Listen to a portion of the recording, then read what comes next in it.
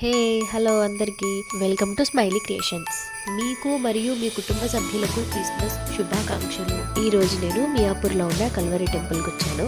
ఇక్కడ జరిగిన క్రిస్మస్ వేడుకలు మీ అందరికీ చూపించబోతున్నాను. ఇక్కడ అందమైన అలంకరణలు, ఆధ్యాత్మిక సందేశాలు మరియు ఉత్సాహభరితమైన ప్రదర్శనలు ఉన్నాయి. ఇక్కడ మనసును అత్తుకునే పాటలు, రంగురంగుల ప్రదర్శనలు క్రైస్తవ ఆత్మను ప్రతిబింబిస్తాయి. ఈ పండుగ మనందరికీ ప్రేమ, విశ్వాసం మరియు ఆశను అందిస్తుంది. కాబట్టి ఈ వీడియోను పూర్తిగా చూడండి. మీకు నచ్చినట్లయితే లైక్, షేర్, సబ్స్క్రైబ్ చేయడం మర్చిపోకండి. ఇంకా కొత్త వీడియోల కోసం బెల్ ఐకాన్ని ఆన్లో ఉంచుకోండి. సో నేనైతే ఇప్పుడే లోపలికి ఎంట్రీ అయ్యాను. ఇక్కడ లెఫ్ట్ సైడ్లో చూస్తే ఇక్కడైతే బైబిల్స్ ఉన్నాయి. సో నేను ఒకటి తీసుకుందాం అనుకున్నాను, కానీ మనకు అది సెట్ అవ్వదు అనేసి వచ్చేసాను. ఇంకా ఎందుకంటే నా దగ్గర ఆల్రెడీ ఒకటి ఉంది, అది ఎందుకులే అనేసి, అంటే ఎట్లాగో ఉంది కదా, పాంప్లెట్స్ పంచుతున్నారు.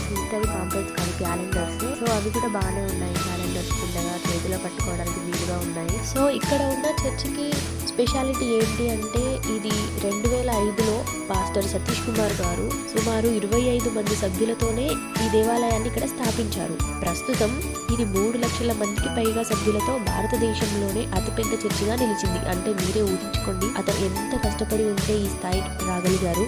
ఈ దేవాలయం ప్రతి వారం 5 ప్రార్థనా సమావేశాలను నిర్వహిస్తుంది.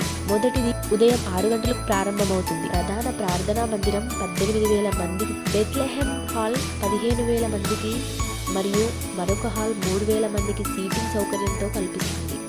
ప్రతి నెల సుమారు 3,000 మంది కొత్త విశ్వాసులు చర్చిలో చేరుకున్నారు. సో ఇక్కడ లోపలికి ఎంట్రీ అవ్వగానే జీసస్ ఆఫ్ నజారెత్ అని ఒకటి సెటప్ అయితే ఉంది.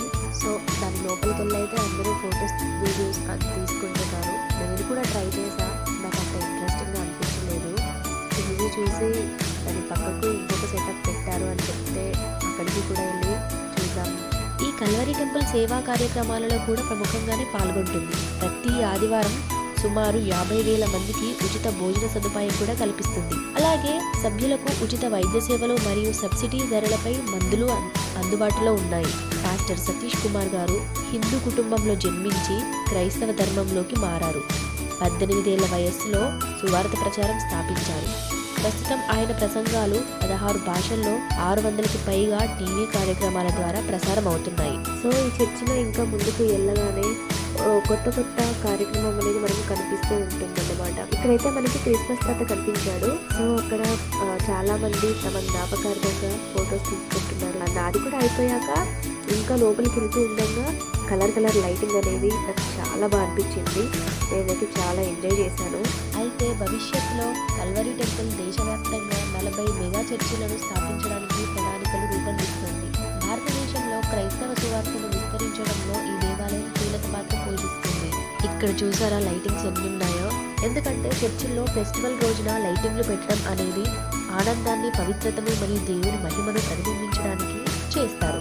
ఇది క్రైస్తవ సంప్రదాయాలలో ఒక ముఖ్యమైన భాగంగా అనుకోవచ్చు. పండుగలు వంటి ముఖ్యమైన వేడుకలు కావడంతో ప్రజల హృదయాల్లో ఆనందాన్ని కలిగించేందుకు లైటింగ్స్ ని పెడతారు. అలాగే దేవుడికి దయ మరియు సత్యాన్ని తెలుపుతుంది.